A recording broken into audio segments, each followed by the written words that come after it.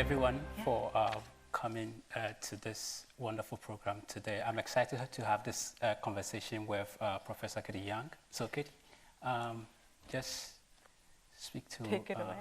Yeah, thank you very much for having me as well. I'm so excited to be here. I'm just going to add a little bit onto what Peter was saying, just to provide some context, some regional context in terms of the reception of the film.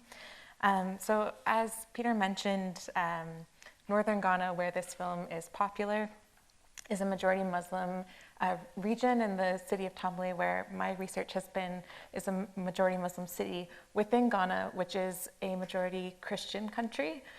So that we can think about in terms of viewership, but Hindi films themselves, when they arrived in the post-colonial period, they really resonated with Muslim communities, particularly because of the presence of Muslim characters and Arabic language within the lyrics of Hindi film songs as well. So something to think about in terms of the context of its reception.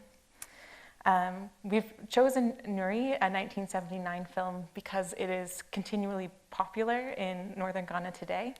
For example, if you're walking through the bus station in the city of Tamale, you can find it in different DVD shops, and you'll also hear all of the songs that you'll hear today on radio stations and also in people's homes, listening to them on their television, and also singing them to each other. So a lot of these songs that you'll hear are very much present today in the city of Tamale, just thinking about its resonance in Northern Ghana now. Thank you, Katie, for that wonderful introduction. Let me give you a context about the audiences that we have in mind today regarding this kind of film. So we have in mind a Tamale audience, and let me give you a quick historical context. Tamale, around the 1800s, was just a collection of villages, but this kind of collection of villages had what we call a kind of a theocratic structure. And so we have what we call in Ghana the Tendana. So the Tendana was like a priest. And in such a community, the Tendana, represented the connection between the living and the dead. And so in such a community, if someone's item is lost, when you find it, you go to the Tendana and you say that, hey, I found this, and then the Tendana will try and look for the owner of the item. So Tamale is a society whose worldview is largely shaped by the Tendana over many years. But eventually, Tamale got subsumed under British colonial rule. One other context, and then I'll wrap up my talk, it's the fact that during the colonial rule, Tamale was largely neglected. So the word neglect has been part and parcel of their history. And in post-colonial Ghana, successive governments have tried to kind of pay attention to the neglect that's in Tamale. Why would Indian films be so important to the people of Tamale? As Katie pointed out, is the plot, is the characters, and their worldview, which is shaped by the Tendana. It's like a society that has a high sense of religiosity, and so that kind of context kind of creates that stable environment for Hindi films to flourish. So audiences, this is my little introduction to, keep you in the mood for us to watch Noorie. And then after the screening, I'll come back to the stage with Katie, and then we'll have a post-screening discussion. Thank you very much. And I think, just a few more things. I think actually jumping off of that in terms of thinking about life and death, that's something that's very much prevalent in the film that you'll see today. So thinking about those resonances that Francis was just mentioning. I'm going to quickly talk a little bit about the film and just point out some things that you might want to look for. So the film is a love story, as you'll see. It's about a couple who are very excited to be together. It's navigating their move towards marriage, and it's accompanied by their favorite canine friend, who has quite a large role as a cute dog in the film too, that you'll find. A note that the film is set in the rolling hills of Kashmir, and one aspect of the film within the South Asian context is that it depoliticizes the space of Kashmir. However, when we're thinking about the reception within Northern Ghana, there are other things within the film that I think are more significant to think about in that context. So there's just a few things that I want to point out that you might want to look for. Elements of social and cultural life that resonate between the film that we're going to see today and what life is like in day-to-day Northern Ghana. So you'll see things like Noorie fetching water, drying vegetables in the yard, different architectural similarities, sitting together for meals in the home, different market spaces. You'll notice particularly throughout the film, but also in the dance scenes before the marriage, some of the very strict gender roles, how women are performing together and men are performing together. That's something that would also be quite common in Tamale, for example, for a wedding ceremony. But finally, a really important note that I want to point out is a quote near the end of the film that Noorie's life is not hers alone. And I think that's really important to think about in terms of her desire for a romantic relationship juxtaposed with all of the different complexities of the interpersonal relationships with her father, with other people in the area, with her new partner's family as well. So while she desires to have this romantic relationship, and you'll see there's a dream segment where it's just her and her new lover, but that dream is quickly dashed and has more to do with the larger societal interpersonal experiences. And I think that's something that really resonates with life in Tamale too.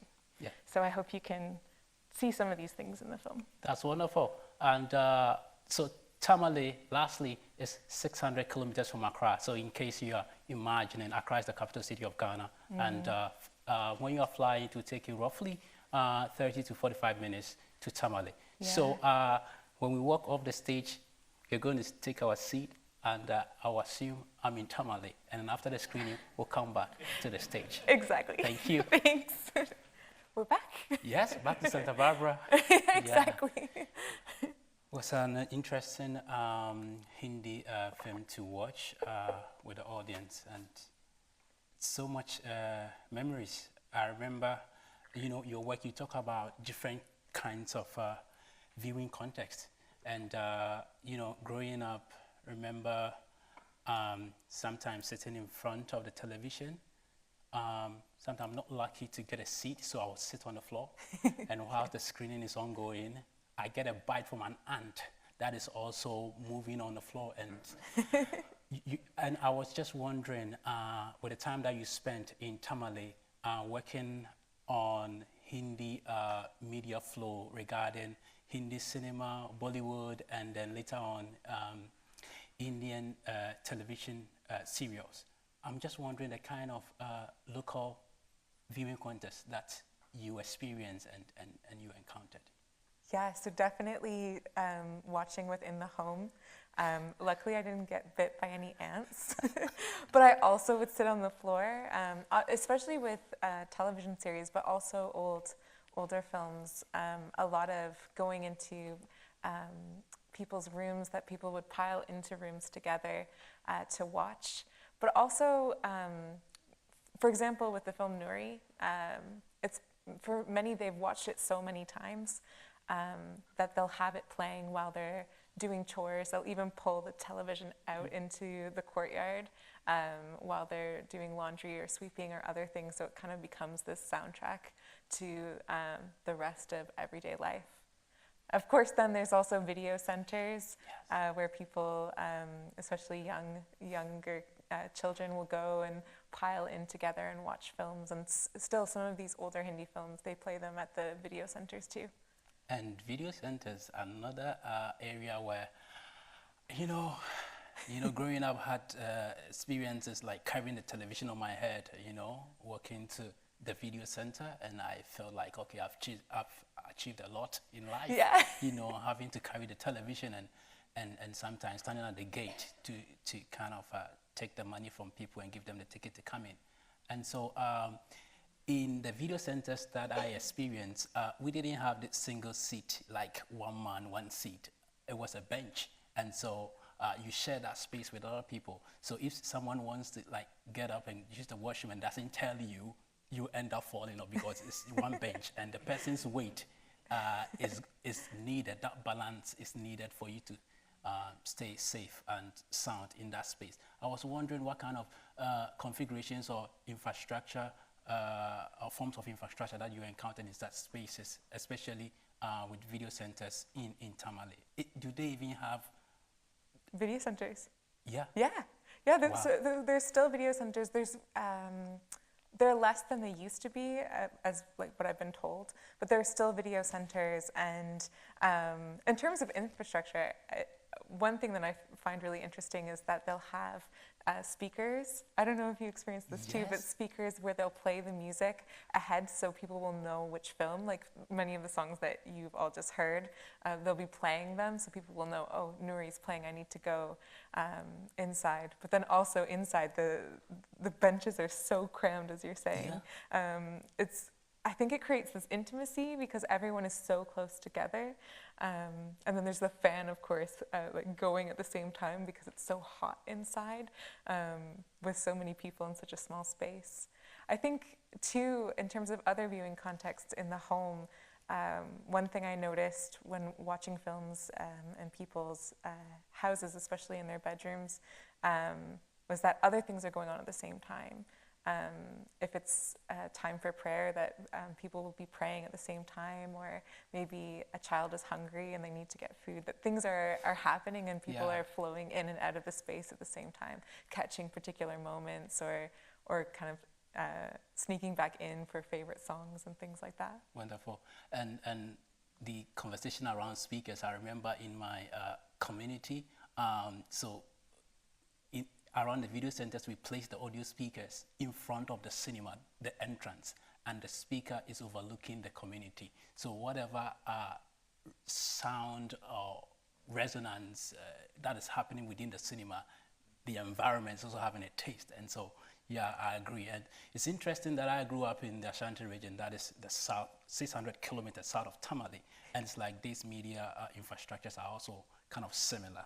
And it's great to have a conversation around some of these things. And I think too, with particularly with Hindi films, it really lends itself with the soundtracks as they circulate too, like on the radio, but also in those kinds of contexts with speakers, that the film is one aspect of the media flow, but there's also the songs that flow and remind people of the film too, whether or not they're actually watching the film. Yeah, and talking about sound, your work also reminds me, you talk about cinematic listening. And, you know, I remember when I was in junior high school, every Wednesday, my head of school would teach us a song, and we learned how to sing songs so he wrote the lyrics on the board, so like the semantic method. So he would explain every word and what it means, and then, you know, he would expect that within a certain time frame we'll be able to sing. In your work, you talk about cinematic listening and how students in Islamic schools in Tamale, they have a different way of learning songs that are based on Hindi melodies. And I'm kind of curious because growing up, I learned songs through the words, through the semantics. And it's so interesting because in Islamic schools in Tamale, the melodies in the Hindi film songs themselves, it does act as a tool in terms of learning, and that when learning to recite the Quran, that isn't in the same way related to semantic listening. Yeah. So there's more of a focus on being able to recite. And I think in a lot of ways too, when learning Hindi film songs, because many people in Tamale, I actually think most of the people that I met who I would talk to about Hindi films could sing Hindi film songs completely, but they didn't necessarily understand the words. So I think there is something really interesting about the way in which people engage. And also to keep in mind too that there weren't always subtitles. And also for many people in Tamale whose first language is Dagbani or Hausa, even if there was like French or English subtitles, it might not necessarily be something that they were engaging with too. So there's something too about the listening that's more engaged with the sounds that are happening. Another interesting point on that is that when I got to know the ways in which different people would sing Hindi film songs, And over time, I noticed that people would sneak in other Hindi words that they knew. So they would kind of remix the songs, adding in, or maybe even not noticing, but just kind of like taking little parts from other Hindi film songs and mixing them together. So you start to see this. Yeah, this. It's wonderful. Yeah. Yeah, and you know, like talking about the fact that, you know, some of these Hindi films that were screened in Tamale and across Ghana in the 50s and 60s, not all of them had subtitles, yet these films continually were big hits. People couldn't stop but turn up day after day. And one word that brings, or that comes to mind is sensibilities. And in your work, you engage with the theme of sensibilities. And watching Noorie, looking at the settings, it's kind of a familiar context. How in your work and in your experiences in Tamale, how does the word sensibilities show up and influence the taste of cinema audiences in Tamale? I think in so many ways in a film like Noorie, you can see the sensibilities, particularly how people interact with each other. So as I was mentioning before, that intergenerational, but also interfamilial engagements with each other. Other ways of interacting in terms of dress, particularly, the way in which people clothe themselves. Yes. It's really important, and that's something that would come up quite a bit in relation to other media flows coming from other places, that felt like resonant with what was happening in Tamale. So there are quite a bit, but then also just the architecture itself. Like for example, watching in Noorie, seeing like mosques in the film, and even just seeing the infrastructure of the housing itself and the markets feels really similar to what it looks like even in Tamale today. So I think just being able to see something that feels similar and is experiencing how people interact with each other in a similar way. And it's interesting too, on that note, that when Hindi films started to shift in the 90s, late 90s into the 2000s, and became known as Bollywood, that those films aren't popular in Tamale. And I think that speaks to the sensibilities, that the older films remain popular and remain in circulation because they bring something that newer films, where the dress and the music and some of the ways that people interact with each other is quite different. I perfectly agree, you know, and talking about sensibilities, and even within Noorie, if you check the plot line carefully, it's a story about love. And so it's like in the 50s, from the 50s, the Hindi films from the 50s up to the 80s, if you check their flow into Tamale, there's this kind of close connection, resonance with the Tamale audiences. And then, as you mentioned, with the newly brought turn, when Hindi cinema became Bollywood, you know, it's kind of there's a disconnect, and so you engage with the idea of disconnect, and we all saw the struggles in Noorie about love. And so for me, in some way, I see the relationship between Tamale audiences and Hindi media flow in Tamale in many ways connect or resembles that of the story of Noorie, you know, that story of love, and how love doesn't flow in a straight line, you know? Yeah. Yeah. Exactly. Yes. And one thing to add on to that too, like in relation to the older films and then even the television series now, many people I would speak to in Tamale would say that what they didn't like about Bollywood films was how focused it was on diasporic context, that the films were set in the US or in the UK or in Australia, and that really that connection was with seeing what life was like in India, potentially seeing life in another post-colonial context. And when you think about some of the newer television series, they are set within India.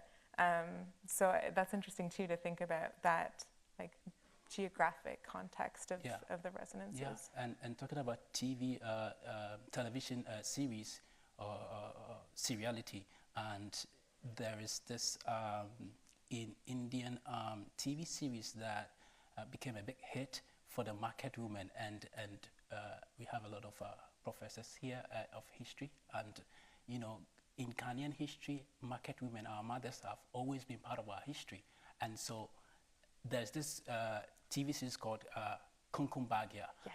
and it was a big hit. Yeah. And the market women, and everybody was in love with it. Oh, yeah. And they came to Ghana when I was there. The stars of Kumkumbagia were there. Yes. And it was sold out. I couldn't get a ticket. Like, it was sold out. And all, like, just as you say, all of the market, they were there. They had tickets. They were in advance. I didn't even know it was real until I was watching videos of it online. I was like, they truly did come. So if you think about that, like how popular it was that they actually came on tour. It was in, I think, Accra, Kumasi, and Tamale. Yeah. So like that resonance is still happening now. Still happening big Yeah. time. And Yeah. when I read about it, I realized that the vice president of Ghana, his wife, got involved in bringing some of the actors of Kunkumbagia to Ghana, so the market women. You know, Ghanaian market women have a taste. Remember, they are market women. They are engaged with the market. And when they say that, no, your product has a good taste, indeed it has a good taste. And recently I've seen videos of market women dancing to modern tunes and all of that. And it's wonderful. And it's for me and for your work, what I find interesting is how it broadens our understanding of history. It's a kind of a social history that goes beyond the state, but enters into domestic spheres and tries to bring to light what many people haven't paid attention to. I was just wondering, in your work as well, is there a place for tension? Have you come across, I don't know how tension plays out in all of this. Of course, when we spoke about sensibilities, it appears the flow of Hindi cinema to Tamale, first of all, goes through this connection, and then there is this connection and this reconnection. So I was just thinking, if briefly you can just comment on any form of tension that you may have come across, even living in Tamale and working. Yeah, so I think an obvious one is that Bollywood was a point of tension. That it felt like a departure from what had been around for a very long time. But I think in terms of tension on maybe a more interpersonal scale, what I found interesting was that often people would posit that Hindi films are ladies' films, or for women and girls. But it really conflicted, or there was tension between that narrative and what I was finding, because many men and many boys and young men were also engaging with Hindi cinema. It's something they had grown up with. It's so integrated. It was something that they engaged with in their homes growing up with their mothers and with their sisters, and it was something they were very familiar with. So there was that tension of being able to talk to people about their love of Hindi cinema, while also navigating some of the social norms around if it's really okay to say that you love Hindi cinema in particular contexts. So I think that was interesting, the narrative around who is engaging with the films, and maybe a broader sense of how it has permeated life. Thank you, Katie. I've enjoyed this conversation, but Miguel is ready to involve the audience in questions. If anybody has a question, Miguel will take care of that. So Miguel, over to you. I've really enjoyed the conversation. I just have a quick question. So in terms of Kunkumbagia, one of the things that I find very fascinating is how they have dubbed it with Tree, which has attracted most of the market women. So what are y'all's thoughts about that? How people are adding different meanings? Because I do know they'll make certain references that is very much particular to Ghana, not to India. So how are people also contributing to the making of this film that is already done? I think that's a very good question, and I think he's right, talking about creativity. And I think this is also part of a way that I think even in your work you have also spoken about the Dagbani film industry. And so it's like there is this kind of factory in Tamale. They have a reservoir of Hindi melodies. And so in the South, you see this creativity manifesting itself in the dubbing. And, you know, our mothers, the market women, some have had experience in formal education, others have not. And so those who are working towards dubbing Hindi media into the Akan language or different forms of language, I feel like it's a nice way of reaching out to the huge audiences that we have for India cinema. So I think that's a great form of creativity that it's happening in the South, and yeah. It's interesting because when that started to arise in Tamale, because there are politics around language as well, that the shows that were dubbed in Tree were not popular, that many Dagbani speakers didn't want to watch it. They would rather watch undubbed serials, like Hindi language serials, or there would be conversations when I would be watching in the room about why can't we just have it dubbed in Dagbani instead? So those were interesting conversations. Yeah. Yeah.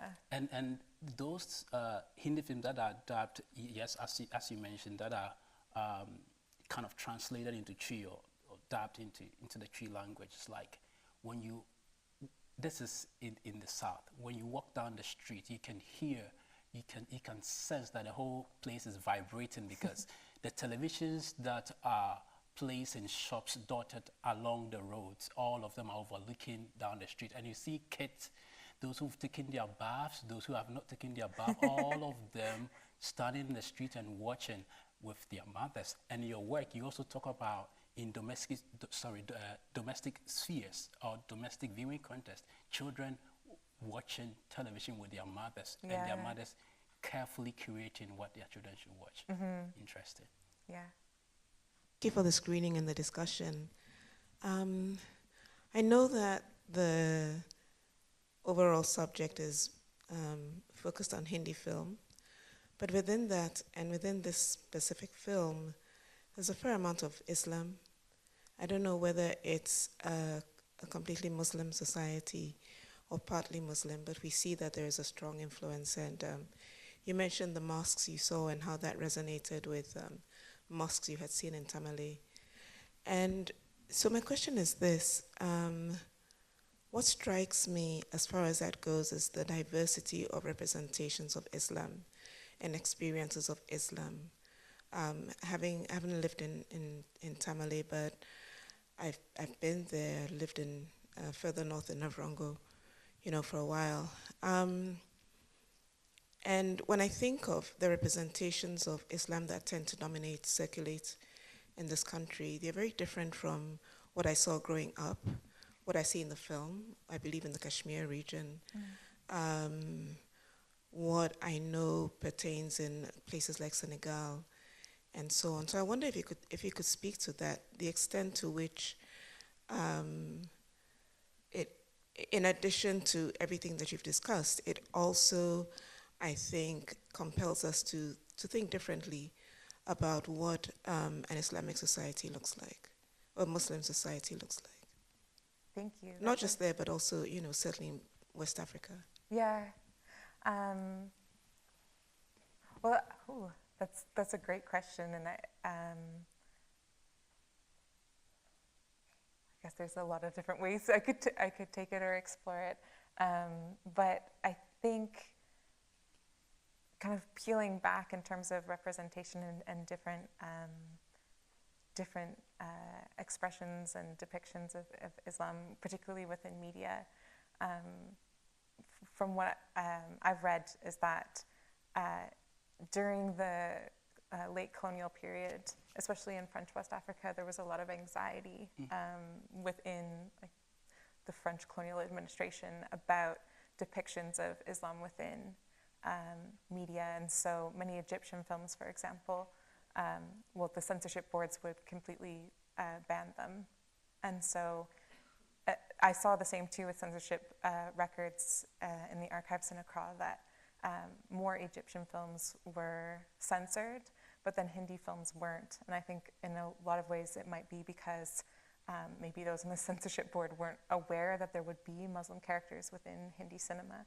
And so I wonder if, like that, as you say, that's one depiction or one experience within the film of what Islam looks like. And I think for a long time that Hindi cinema was that one thread within what was happening in the cinema, for example, in Tamale.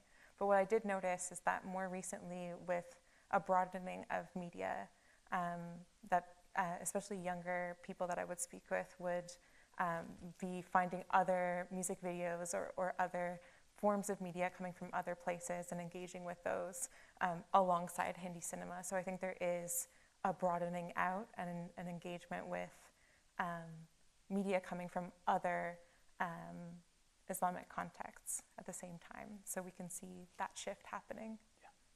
Yeah, thank you for taking questions in all different directions about this film. It's fascinating to me to think we're watching a film that was made 45 years ago and that it still resonates for audiences in Tamale. Yeah.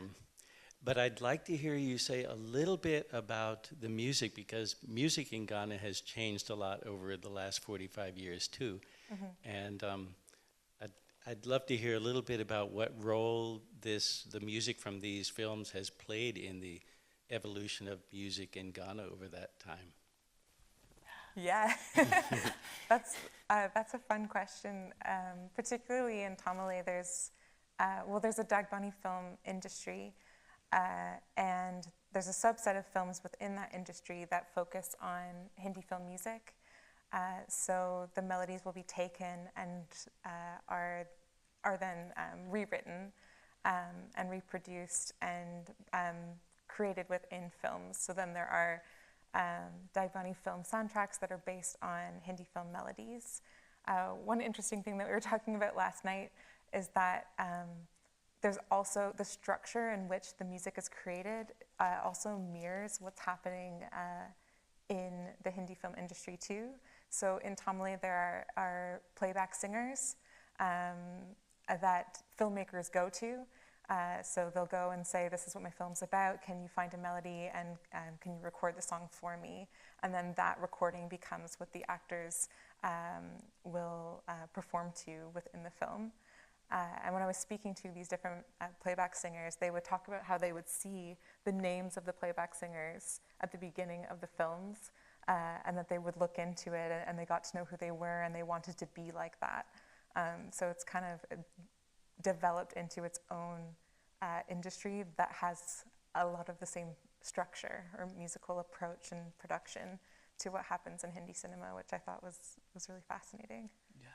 Yeah, and to add a little bit to what Katie just mentioned, there is this artist, he's called Sonny Achiba, and Sonny, S-O-N-Y, Achiba, A-C-H-I-B-A.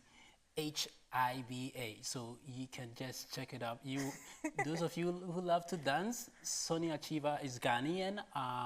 If you watch Sonny Achiba's music, you see the dance from the lyrics, from the melodies, and from the dance moves, and the costume and everything is purely Indian. Respect to our Indian community. Yeah. I also noticed too that like sometimes when I would just be traveling around even in Accra and like hearing some of the tracks that were being used even within, for example, some hip life songs, it was definitely drawing from at least like from different Indian instruments. Yes. And it made me wonder if maybe that's kind of a nod to some of the new television series that are so popular. So maybe that's kind of a hint embedded within. Yeah. Who knows? Yeah. Thank you. So we want to thank everybody. I want to thank Professor Katie Young. I'm blessed to have you today and to have a conversation with your work and everything. Well, thank and you you to all the professors, Professor Peter Bloom, Patrice, Stefan, it's a long list. I can see Chuck. And thank you for making this happen. And we look forward to life beyond this. Yeah, Thank and you. continuing the conversation tomorrow. Yes. Yeah.